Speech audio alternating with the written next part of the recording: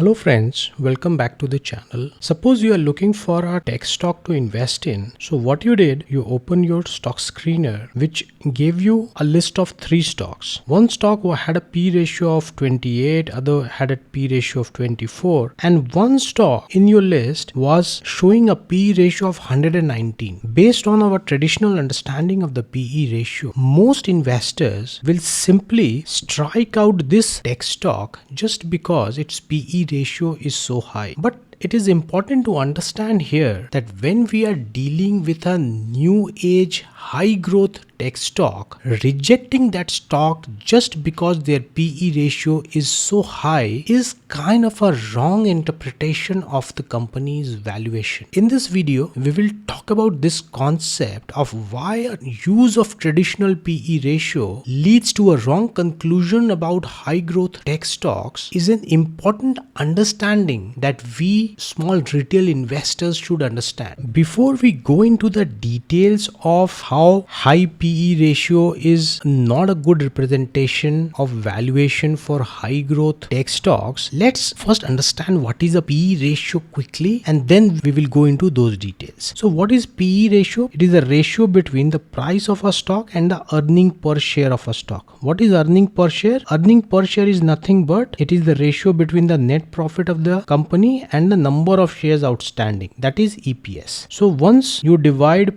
price by EPS, that will give you the PE ratio. Another way to calculate PE ratio is you take the market cap of the stock and divide it by net profit. So this is another way to calculate the PE ratio. Suppose there is a company whose market capitalization, let's say, is 5 lakh crores and its net profit is 25,000 crores. So dividing 5 lakh by 25,000 will give you the PE of 20. What does it mean when we get a PE ratio of 20? How to interpret this number? There are 2 ways to do it. First of all, the first understanding is simple that most of us also know that the lower is the PE ratio, the better valued is the company, and the higher is the PE, more overvalued it becomes. So this is a first basic understanding. The lower is the PE, the better. Another way to understand the PE ratio is, suppose there is a company which makes 1 rupee profit per year and that company has a PE ratio of 20. What does it mean? It means that if you buy that company, you will have to pay 20 rupees. No, because that company is making only 1 rupee profit per year, it means that to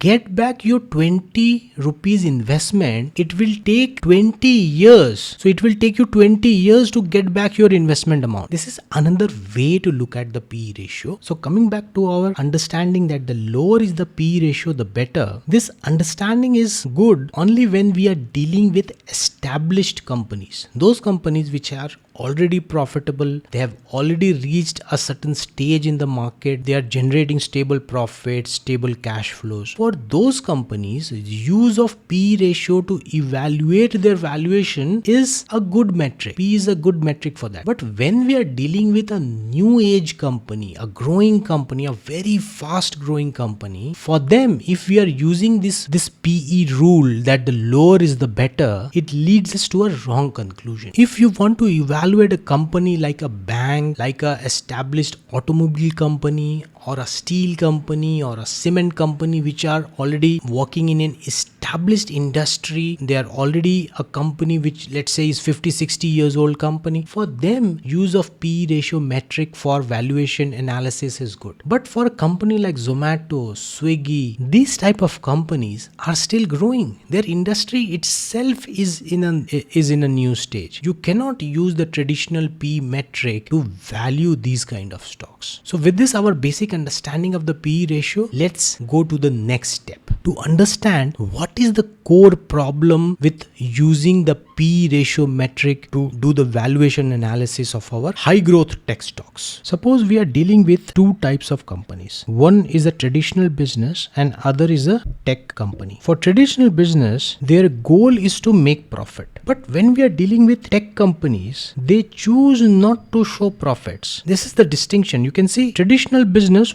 works for profit, but tech companies do not work work for profit. Their goal is something else. When we are dealing with a metric like PE ratio, our fundamental assumption is that the goal of the company is to make profits. And when we are dealing with traditional companies, this assumption is right. They are in business to make lots of profits. The immediate goal is that they work for that, maximizing their revenue, maximizing their margins so that their profits increase year after year. So this is how the traditional businesses think. But tech companies has a different type of thinking. For tech stocks, the goal is not to maximize the profit. They do not work for profit. Their goal is to, so see the difference. Traditional companies are working for profit, but high growth tech stocks, they are working for capturing the market. Their immediate goal is not to make profits. So for a tech stock, it is a choice. They're not deliberately making loss. It is a choice that at present, we do not want profits. What we need is aggressive growth. So this is a very important point to understand. When you see the profit and loss accounts of company like a Swiggy or Zomato, you will see that in most of the years, either their profit is too small compared to the revenue or they are in negative. So by seeing that, we should not judge that the company is bad or the business is bad. What we have to understand is these companies are making a choice not to make profits. So what is happening actually is for this new age companies, the goal is to capture the market. And how they will capture the market? To capture the market, they will have to spend a lot on research and development. And who will do the research and development? Engineers will do. So they will have to recruit high quality top engineers to do their research and development work. They will also need the infrastructure. Infrastructure means they will need the office space. They will also need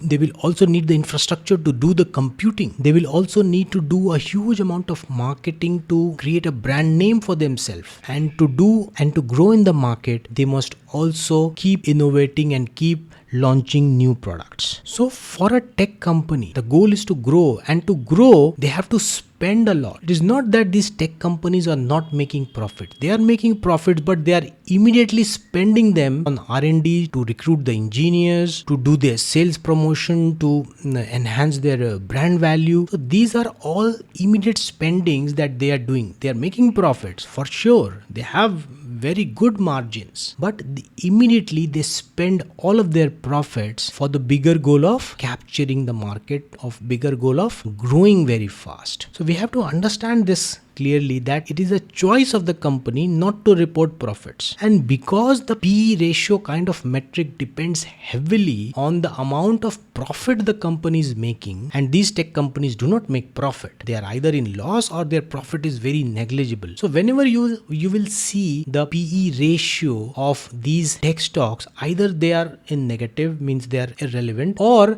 their values will be very inflated. PE ratio in the tune of 200, 300. So for we retail investors, it is important that we should not judge the company because their PE ratio is too high. We have to read in more detail why this P ratio is so high. If the company is generating a lot of cash flows and still it is showing a high P ratio, for a new age company, this is not bad. This is in fact good. Whatever profits they are making, they're not keeping those profits. They are in a way reinvesting those profits for faster future growth. The best way to understand this concept of high growth tech stocks showing very high P ratio, let's take an example of Amazon. Almost started its business somewhere around 1995, and till 2015 the Amazon's reported profit was almost zero. So as a result, what happened? Their P ratio was always inflated. So most of the analysts who were more tuned to analyzing a stable traditional businesses, they used to write off Amazon straight away. They should say that because this company is not making profit, because this company's P ratio is so high, it is not worth investing in this company. But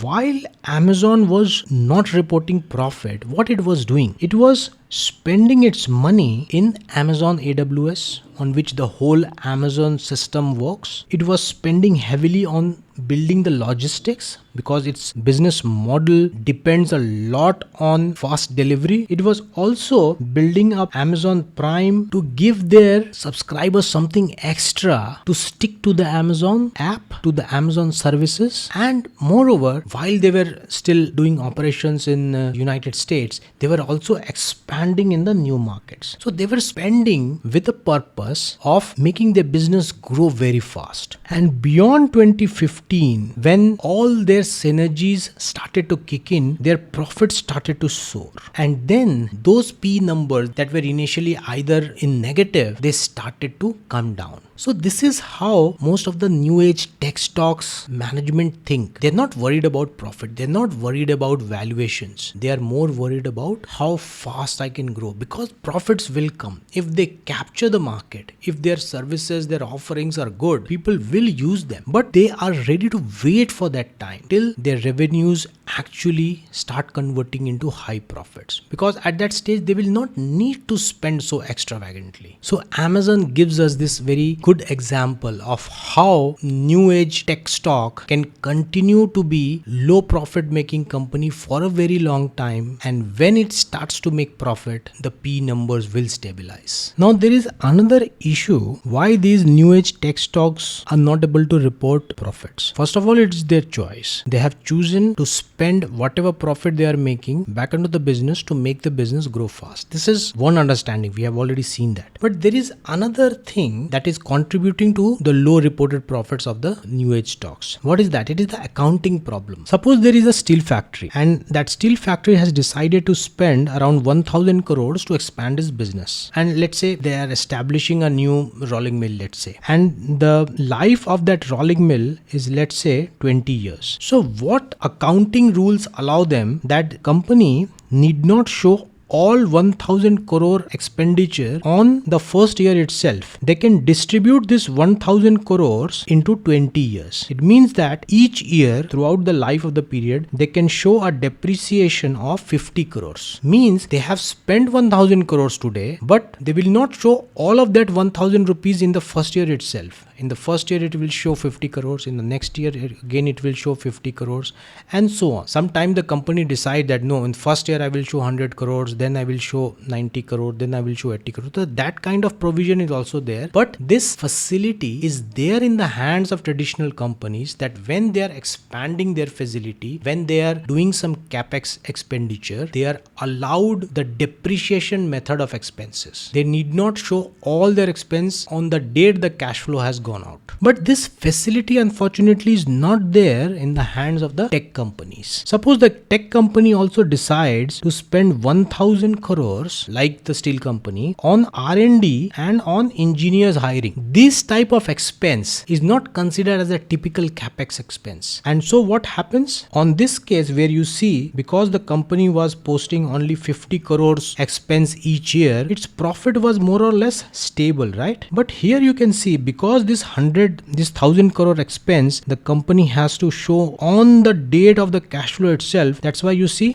their profits goes down so steeply on the year of the expense itself. All this 1000 crore expense the company has to show on the year of the expense itself. They cannot distribute it for, let's say, next 20 years. So this is one problem with the tech companies. Accounting rules do not allow them that depreciation benefit. Another problem with these new age tech companies is the stock based compensation. Suppose there is a new tech company who wants to hire a very capable engineer to do its development and other kind of jobs, and let's say that tech engineer has asked for a, let's say, 50 lakh package, and the company offers the person 30 lakh package plus 20 lakh compensation as a stock option. So what happens, the company will have to pay only 30 lakhs, the salary based on 30 50 lakhs to the new engineer. That 20 lakhs that it is offering as a stock option, for that part of the CTC, there will be no cash outflow for the company. But as per accounting rules, the company will have to show the full expense of 50 lakhs in their books. So that also increases their expense, and in turn they are showing low profits. Now that we have understood that price to earning ratio is not a very suitable metric to do the price valuation of a new age tech company, so we have to understand what is the alternative, what metrics we can use to do the valuation analysis of such a company. So the first ratio that we will deal with is price to free cash flow ratio. Price to free cash flow ratio is suitable for such a company because let's understand this. Let's take example of Zomato or Swiggy. These are such companies that maybe they are on the net profit level, they may be showing negative values, but these are very fast cash generating companies. Customers mostly pay upfront to buy their products. So for such fast cash generating companies, no matter if their profits are negative, but they still generate enough cash, quick cash, that they can manage their working capital, they can pay all the necessary expense that they make, and still have a lot of free cash available with them that they can use in future for expansion, spending for brandings, for hiring new engineers. So these companies have that advantage for sure. So that's why I think price to free cash flow is a much better valuation metric than price to earning ratio for such companies. Another metric that we can use to value such new age tech companies is enterprise value to revenue ratio. Suppose there is a company whose enterprise value is 10,000 crores. What is enterprise value? Enterprise value, the formula for enterprise value is market cap plus debt minus cash. So this is actually enterprise value represents that value of the company that we have to actually pay to buy the whole company. If a company has an enterprise value of 10,000 crores and it is generating so let's say revenue of 1,000 crores, then enterprise value to revenue multiple of that company will be around 10x. So this is one multiple. So now let's understand how to use this multiple to analyze a new age tech stock. Suppose there are two companies. Both the companies are showing EV to revenue ratio of 10x. But out of them, one company is growing at a 70% growth rate and then the second company is growing at a 10% growth rate. So you can see for the same multiple, because one company is growing slower and one company is growing at a 70% rate. So for the same EV to revenue multiple, you can see the company A, which is growing at a 70% rate, looks to be better valued. Now the same company which is growing at only 10% rate, this company B, for them even a 3x multiple might look expensive. This way it is much better to analyze a new age tech stock in terms of EV to revenue ratio than using the PE multiple. Now the another metric that we can use to do the valuation analysis is PEG ratio. Most of us already know about the PEG ratio. The PEG ratio is the ratio between price to earning ratio and the EPS growth rate, earning per share growth rate. Suppose there is a company whose price to earning ratio is very high, let's say it is 60, and its earning is growing at a speed of 60% per year. Then for such a company, the PEG will come out to be 1. Even though its PE is 60, still its PEG is 1. And a company whose PEG 1 or below is considered as a fairly valued or undervalued stock. Similarly, for company B, let's say its PE is only 20, but it is growing only at a 8% per year growth rate. So the PEG for such a company will come out to be 2.5. So whenever a company has a PEG ratio of above 1, we can say that the company is not overvalued, but it's not undervalued as well. And any company which is showing a PEG above 2, that we can say that it is an overvalued company. So you can see the same PE ratio that we thought that it is not a good valuation metric to do the valuation for new age tech stocks. Just by adding this metric called EPS growth rate, the same PE ratio starts making more sense. Why? Because we are factoring in growth in doing the valuation analysis. So based on what what we have seen in this video till now, I will like to summarize for you like this. Suppose there is a company which is in a very early stage of development. It is a very new company. For such a company, use of enterprise value to revenue ratio is a much better metric. For such a company, use of PE should be completely avoided. Now suppose there is another company which is kind of new but not so new. They have already started generating lot of cash flows for itself. I'm talking about a company like Zomato or Swiggy. So these companies are new compared to others established companies, but they are relatively old in terms of cash flow generation. They have started to generate a lot of cash for themselves. For such a company, price to free cash flow ratio can be used to do the valuation analysis. But even for such companies, we should avoid the use of P&E multiple. Now for mature tech companies or any other company for that matter, the use of PE and PEG ratio becomes more effective. Now here I would like to say that for these kind of companies which are not so old, but they are already generating a lot of cash and they are growing very fast. For these companies, PEG ratio can also be used provided their apps have started showing growth numbers. So at the end, let's summarize what we have understood, that PE ratio is useful only for analyzing mature businesses. If we are dealing with new age tech companies that are growing very fast, use of PE ratio does not make a lot of sense. So what ratios we can use for such companies? For new age companies, we should use price to free cash flow ratio, EV to enterprise value to revenue ratio, or the PEG ratio. I hope you have understood the way I have explained this topic to you. If you like the video, do consider subscribing to my YouTube channel. Thank you very much for watching. See you again.